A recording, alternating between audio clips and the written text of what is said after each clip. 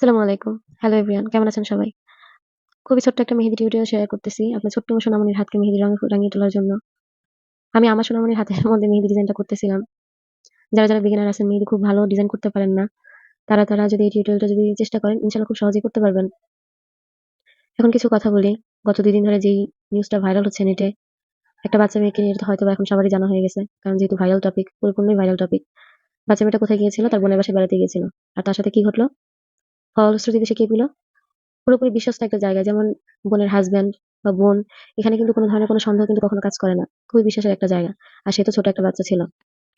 মেয়ে বাচ্চাদেরকে নিয়ে স্বাভাবিকভাবে আমরা দেখা যায় যে এখন আমরা যারা মেয়ের মা আছি তারা পরিপূর্ণভাবে এটা ফিল করতে পারি যে ঘরের মধ্যে রেখে গেলেও টেনশন হয়।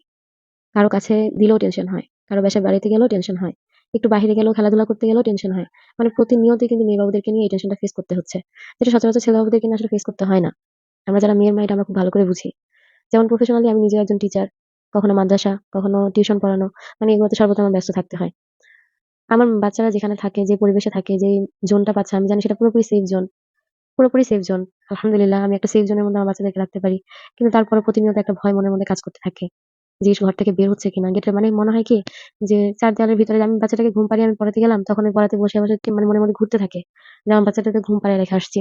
রুমের মধ্যে এখন একা আছে। কারণ পরিবেশটাই এখন ওরকম। আমরা এখন যে পরিবেশটা পাচ্ছি এটাই তো মানে বিশ্বস্ত কোনো পরিবেশ না। পরিপূর্ণ নির্ভরতার জায়গায় যেয়েও যখন মানুষ ধোঁকা খায়, যাদেরকে বিশ্বাস করার কথা, যাদের থেকে মানে কখনো কোনো কিছু দুর্ঘটনা অন্তত অঘটন ঘটার কথা না, সেসব জায়গায়ও যেন যখন মানুষ প্রবলেম ফেস করে, এত বড় পরীক্ষা ফেস করে, তখন মানুষ কিসে বিশ্বাস করবে? কিসে বিশ্বাস করবে? আমার মনে হয় মানে বর্তমানে মেয়ে সন্তান নিয়ে মানে যতটা সে টেনশন পোহাতে হয়, তার ১০০% এর ১০% মনে হয় ছেলে সন্তানকে নিয়ে পোহাতে হয় না। দেখেন এই যে আমি মেহেদি টিউটোরিয়ালটা করতেছি, মেয়ে বাচ্চাগুলো এমনি কিন্তু খুব মায়ার হয়, তাই না?